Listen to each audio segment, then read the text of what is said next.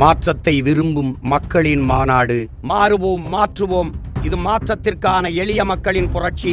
திரள்வோம், திரள்வோம், திருச்சியில் திரள்வோம், தீந்தமிழ் இனத்தில். காங்கிரஸை சமாளிக்க களமிறங்கும் உலக நாயகன். நட்புக்காக தூது செல்லும் ஃபார்முலா. மத்தியஸ்தம் செய்கிறதா மக்கள் நீதி மய்யம்?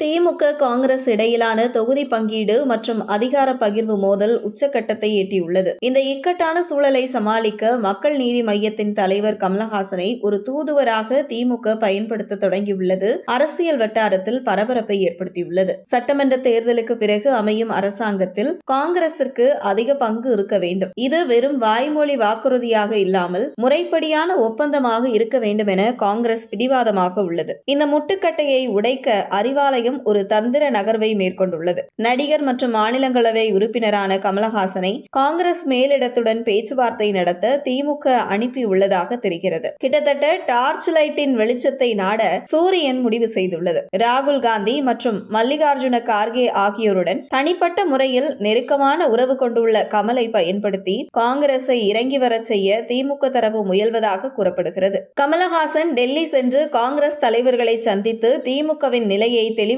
உள்ளார். ஆட்சி அதிகாரத்தில் பங்கு கேட்பதை விடுத்து பாஜக மற்றும் விஜயின் தமிழக வெற்றிக் கழகம் போன்ற சக்திகளை தடுக்க ஒன்றிணைந்து செயல்பட வேண்டிய அவசியத்தை கமலஹாசன் எடுத்துரைப்பார் என தகவல் வெளியாகியுள்ளது. பிப்ரவரி 22ஆம் தேதி முதல் அதிகாரப்பூர்வ தொகுதி பங்கீட்டு குழுக்கள் பேச்சுவார்த்தையை தொடங்க உள்ளன. அதற்குள் கமலை வைத்து டெல்லி மேலிடத்தை சரி செய்ய திமுக முயல்கிறது. இந்த உலக நாயகன் தூது காங்கிரசின் பிடிவாதத்தை தளர்த்துமா அல்லது கூட்டணிக்குள் மேலும் சலசலப்பை ஏற்படுத்துமா என்பது போக போகத்தான் தெரியும்.